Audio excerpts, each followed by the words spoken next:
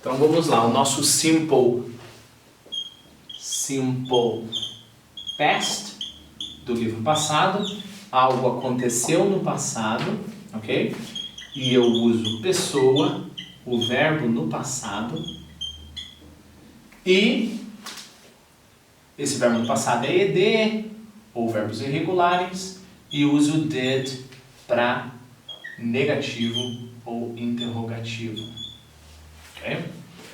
Bom, a gente pode ir agora para o tempo verbal mais difícil do inglês. E eu estou ensinando isso agora porque é uma questão de prova, coisa de escola. Mas quando a gente aprende inglês de verdade, a gente aprende inglês falando, a gente deixa esse tempo verbal lá para frente. Então a gente está entendendo muito mais teoricamente esse tempo verbal do que o inglês na prática, né? Que é o present perfect. Primeira coisa sobre o present perfect que vocês têm que saber é um nome misleading, que ele é enganoso, esse nome aqui, ok? A gente chama de present perfect, mas ele é um tipo de passado, ok? Então, basicamente, ele é algo que aconteceu no passado, só que eu não sei, eu não quero falar, não é importante quando que aconteceu. E aí, a gente pode conectar com aquilo lá do primeiro vídeo sobre a diferença entre a semântica de um verbo e a gramática de um verbo. Perceba, o português não tem essa frescura. Como assim? Eu preciso de um tempo verbal quando eu não menciono quando aconteceu? Então, por exemplo, eu assisti o filme ontem. Então eu uso assistir. E se eu falar simplesmente eu assisti o filme, aí eu tenho que mudar? Não, de um jeito ou de outro aconteceu no passado. Não no inglês. Okay? No inglês eu vou ter que usar um tempo verbal totalmente diferente. Por causa disso que o present perfect é tão difícil para brasileiro. Porque é uma coisa que não existe no português e no inglês é um dos tempos verbais mais usados. É mais usado que o simple past, ok? Então a gente já conversa mais sobre isso. Vamos lá, estrutura, parte técnica do verbo. O que eu tenho que fazer? Eu tenho que colocar pessoa, o have ou o has, que é claro, eu tenho que lembrar de conjugar o has. Lembrem-se que o has é para he, she, it, ok? E um verbo na terceira forma, que é o particípio, né? Lembre-se que todo verbo tem 3 formas, ok? Então eu tenho que fazer tudo isso, ok?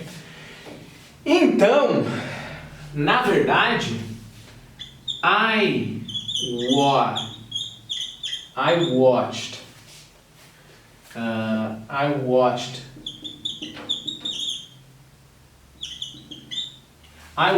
Titanic 29 times. Eu assisti Titanic 29 vezes. Na verdade, eu tenho uma aluna que assistiu Titanic 29 vezes. Acho que agora ela já deve estar nos 40 e poucos. Bom, I watched Titanic 29 times. Está errado. Ok? Não é que é uma coisa assim, nossa, eles não vão entender o que você está falando, mas um nativo não fala isso. Porque ele não te disse quando que ele assistiu o Titanic essas 29 vezes. Então ele vai ter que falar I've watched Titanic 29 times, ok? Lembre-se que I've é só um jeito mais rápido de falar I have, ok? Não tem gramática aqui. Você está falando rápido, acontece isso. I've watched Titanic 29 times. Bom, se vocês estão seguindo a ordem desses vídeos que eu estou postando, vocês vão perceber que talvez tenha algo estranho. Porque eu falei que quando eu tenho um auxiliar, o verbo volta a ser normal, ok? Então, por exemplo, aqui, quando eu tenho did, eu faço uma pergunta com o did, eu não falo did you watched no passado, eu falo did you watch, ok? E aqui eu estou deixando o verbo no passado, então em teoria eu tenho que fazer isso, correto? Não. A vida não é boa para ninguém, o mundo não é justo. Então aquela regrinha que eu falei, ela funciona para os verbos especiais, quando a gente vai fazer perguntas, Não cabe aqui definir, mas por enquanto do, does, did, relembrando. Can, could, will, should, may, might, must, né? Menos o verbo have como auxiliar e o verbo to be. O verbo to be é uma outra história, ok? O verbo to be e o have, eles têm uma gramática própria. Então, não importa se a tua frase for afirmativa, negativa ou interrogativa, o verbo que vem depois do auxiliar have tem que vir na terceira forma, ok? Beleza. Então, se eu seguir essa lógica, para eu perguntar para uma pessoa quantas vezes ela assistiu algo, então vamos lá. How many times did you watch Titanic? Certo? Errado. Eu não disse quando. Então teria que ser How many times did you watch Titanic? Por exemplo, para minha aluna faria sentido, porque ela assiste com tanta frequência que eu posso perguntar How many times did you watch Titanic last year? Ok? E aí só o ano passado ela deve ter assistido, sei lá, umas 3 vezes. Aí, ok, beleza. Lembre-se, o did está aqui, ele faz com que eu não mude o verbo. Agora, se eu quero perguntar sobre a vida inteira da dita cuja, how many times have you watched, aqui tem espaço, watched Titanic, e aqui fechou o nosso, ok? Qual que é um dos piores labirintos que o brasileiro entra? O brasileiro pensa que isso daqui, I have done, é eu tenho feito. É aí que pega todo mundo, né? Então ele lê no texto lá, I have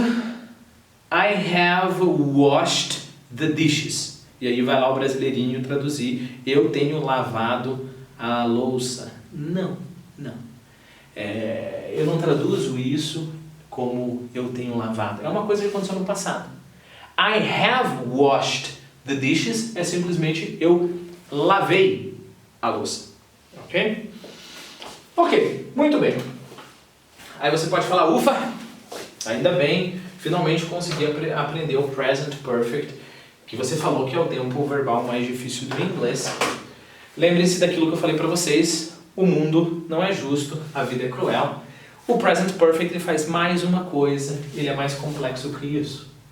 Lembram que eu falei para vocês que brasileiro gosta de traduzir I have watched Titanic como eu tenho assistido? Na verdade, o present perfect consegue fazer isso também. Em menos casos, mas consegue. Então, o present perfect ele tem 2 significados, embora a estrutura seja a mesma.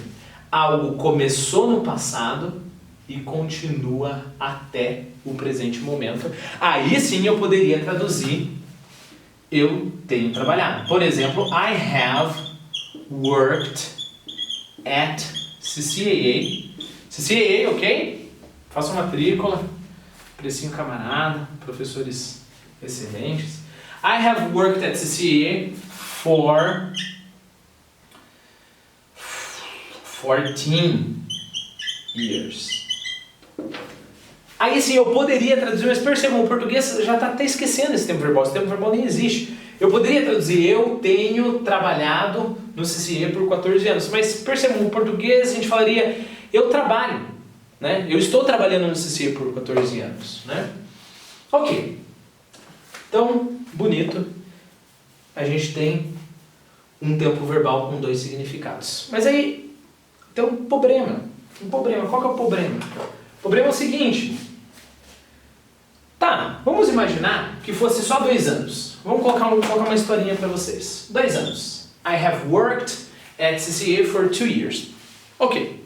Então vamos imaginar que eu estou andando na rua, eu encontro um colega meu, que era colega lá em 1895, quando eu fiz a escola, o ensino médio, né? E ele está carregando um livro do CCE. Aí eu falo assim, oh, you study at CCE? I have worked at CCE for 2 years. Essa minha frase é ambígua, ok? Por quê? Porque ele pode entender que eu trabalhei no CCE por 2 anos, e eu não estou dizendo quando eu trabalhei, por exemplo, eu trabalhei de 2004 a 2006, ok? Ou ele pode entender que 2 anos atrás, em 2018, eu comecei a trabalhar no CCE, and I have worked at CCE for 2 years. Então, esse tempo verbal é um tempo verbal ambíguo. Significa que eu não posso usá-lo? Não, eu vou usar todo o tempo. O contexto vai me dizer isso. Só que percebam, ainda assim tem ambiguidade. Tanto é que nesse meu encontro com o meu amigo, ele pode, por exemplo, me pedir um desconto. Fala assim, você pode conseguir um desconto lá pra mim? Eu falo, não, I don't work there anymore. I have worked there for 2 years, but now I work at another place. Ou eu posso falar, ou ele pode falar, então onde que você trabalha agora? Eu falo, não, I have worked there, I'm still there. Eu ainda estou lá, ok? Ok, uma vez que a gente tem isso em mente, que esse tempo verbal a gente consegue fazer 2 coisas, a gente tem que ir para o próximo tempo verbal, que é o Present Perfect Continuous, que vai ser num vídeo separado.